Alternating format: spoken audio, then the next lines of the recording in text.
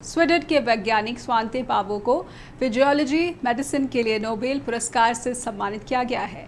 उन्हें यह पुरस्कार विलुप्त हो चुके नीएंडरथल मानव के जीनोम का सीक्वेंस तैयार करने के लिए मिला है। नीएंडरथल मानव 40,000 साल पहले विलुप्त हो गए थे, जिनके जीनोम की खोज पावो ने की है।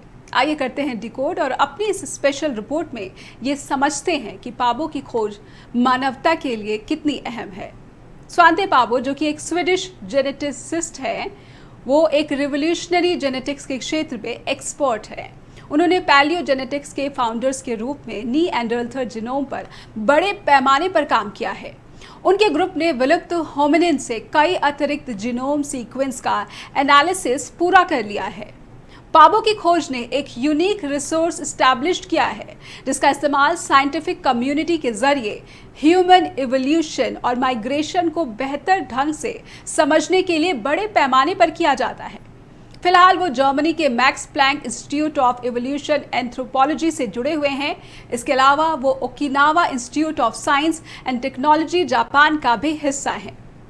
आइए आपको ग्राफिक्स की मदद से समझाते हैं कि ये नीएंडरथल मानव क्या होते हैं। नीएंडरथल मानव असल में होमो वंश का एक विलुप्त मेंबर है।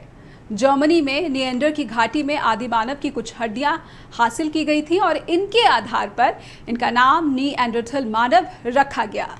इनका कद अन्य मानव जातियों की अपेक्षा छोटा हुआ करता था। अभी तक की स्टडी से मिली जानकारी के मुताबिक कद 4.5 से 5.5 फीट तक हुआ करता था। स्टडी कहती है कि इनके बालों का रंग काला और स्किन येलो थी। ये पश्चिमी यूरोप, पश्चिमी एशिया और अफ्रीका में रहते थे।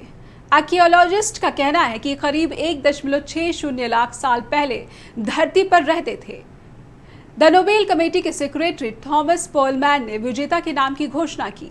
उन्होंने कहा कि पावो ने अपने शुरुआती रिसर्च में कुछ ऐसा कर लिया है जो पूरी तरह से असंभव था। उन्होंने आगे कहा कि इस नोबेल पुरस्कार के साथ ही 2022 में घोषित होने वाले पुरस्कारों की शुरुआत हो गई है। ये कार्यक्रम 1 हफ्ते तक चलेगा। Overwhelmed, he was speechless and very happy and asked if he could tell anyone and asked if he could tell his wife, and I said that was okay. The Nobel committee के secretary Thomas पोलमैन के मुताबिक physics के लिए पुरस्कार की घोषणा 4 अक्टूबर को की गई है। 5 अक्टूबर को केमिस्ट्री और 6 अक्टूबर को साहित्य के लिए नोबेल पुरस्कार की घोषणा की जाएगी, जबकि 7 अक्टूबर को नोबेल शांति पुरस्कार और 10 अक्टूबर को इकोनॉमिक्स कैटेगरी के लिए पुरस्कार का ऐलान किया जाएगा। नोबेल पुरस्कार की स्थापना 1895 में हुई थी और ये पुरस्कार वैज्ञानिक और इन्वेंटर अल्फ्रेड बर्नहार्ड नोबेल की वसीयत के आधार पर दिए जाते हैं। साल 1901 में पहली बार नोबेल पुरस्कार बांटे गए थे। शुरुआत में केवल फिजिक्स, मेडिसिन, केमिस्ट्री, साहित्य और शांति के क्षेत्र में ही नोबेल पुरस्कार दिया जाता था। बाद में इकोनॉमिक्स के क्षेत्र में भी नोबेल दिया जाने लगा। अब तक दुनिया भर की 975 शख्सियत और संस्थानों को 609 नोबेल पुरस्कार मिल चुके हैं। भारत में सबसे पहले रविंद्रनाथ टैगोर को 1913 में साहित्य के लिए नोबेल पुरस्कार दिया गया था। टैगोर ये पुरस्कार हासिल करने वाले पहले एशियाई और भारतीय नागरिक थे। वास्तव में वो नोबेल पुरस्कार जीतने वाले पहले गैर यूरोपीय थे। उन्होंने ये पुरस्कार तब प्राप्त किया था जब भारत ब्रिटेन का एक उपनिवेश था। उनका क्षेत्रों साहित्य था और गीतांजलि या गीत प्रसाद कविताओं का एक संग्रह जो था रविंद्रनाथ टैगोर का, उसकी वजह से उन्हें नोबेल पुरस्कार मिला था साहित्य की कैटेगरी में, साहित्य की श्रेणी में। तो हमने आपको बताया कि मेडिसिन में जो अभूतपूर्व काम किया है स्वीडिश पावो ने, उसके लिए उन्हें मेडिसिन की कैटेगरी में ये पुरस्कार मिला है और अब एक हफ्ते के लिए ये पुरस्कार जो है वो अलग अलग कैटेगरी के लिए इसका ऐलान किया जाएगा। जब फ़ोन करके पाबो को ये बताया गया कि उन्हें नोबेल पुरस्कार के लिए उनका चयन किया गया है, तो इस बात को सुनकर वो कैसे रिएक्ट करे ये पाबो को समझ नहीं आ रहा था। लेकिन हाँ, उन्होंने ये ज़रूर कहा कि वो अपने परिवार से क्या ये बात जो है वो शेयर कर सकते हैं। और जब उन्हें कहा गया कि वो इस बात को, पुरस्कार के ऐलान की बात को अपने परिवार के साथ शेयर कर सकते हैं, तब जाकर उनकी खुशी का कोई ठिकाना नहीं रहा।